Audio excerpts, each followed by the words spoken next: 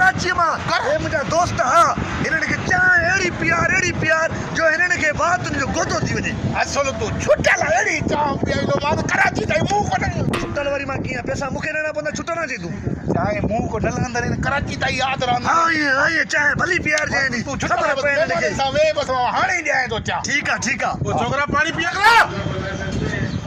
कहर पे खाई खाई मां के सुजी के विया घुमे के ॼण ॿ पेट में ॿार अथसि हिमत करे ए बा हाज़िर वा पाणी हक़ मत पाणी खाली जगह खड़ी है ना जरूर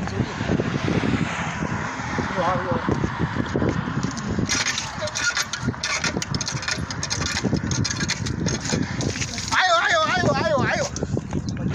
चाय चंगी अथसि बाबा हिनजी चांहि झर छंड मशहूर आहे हे वाहिद होटल आहे जंहिंजी चांहि एॾी हलंदी आहे तो बि सेठो मालिक रात ते वड़ंदा आहिनि हिसाब ते एॾा पैसा न वञा पैसनि ते न उधर रखी हा अहिड़े उस्ताद चाय अहिड़ी पीआई जाए सफ़ा मन चांहि पीआईंदो मां यादि कंदो बाबा चांहि अहिड़ी प्यार जे मुंहिंजे महिमान जा वात भॼी पवनि अरे चांहि त वात कीअं भॼनि बसि चांहि ओके ठीकु आहे खपे तो भरिया हा वञे हाज़िर इहो ई भरे थो चांहि किनो आहे पाणी कीअं किनो आयो खैरा कोमा बिना पी वठंदा आहिनि कुतुब मीनार जे बारे में भाॻे में ॾियारी छा अरे यो कख पिया सॼा पाणी अरे बाबा खैरा अल्लाह छोटो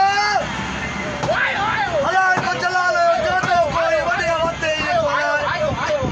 क्या था अरे सा बाबा रेसा तो कोई ते भी खबर के तो कोई ते भी बुद्धू आया तो कोई ते हां इते अरे पानी मेरो धोई भरिया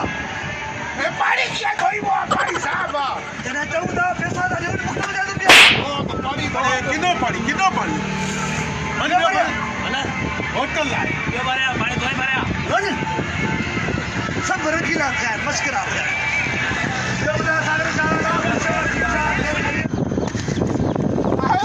पाणी कीअं धोइबो आहे हल जल्दी कर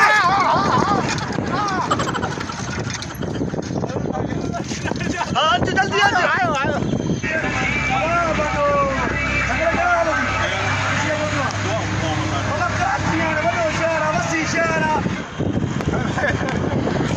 पुराण पटी तो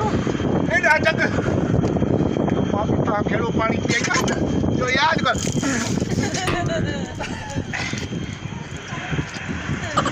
पाणी पी पाणी जो वारा तरह हाँ आयो पानी भी दो तब जग भी दो तब गिलास भी दो अरे वरी खबे अथव पाणी तो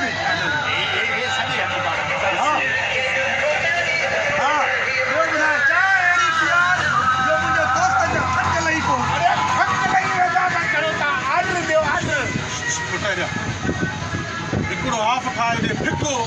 बाटे खे ईअं थोइजाए सफ़ा साफ़ करे हिकिड़ो हाफ फिको ठाहे मुंहिंजे लाइ असां चांहि न पीअंदा आहियूं ओके शुगर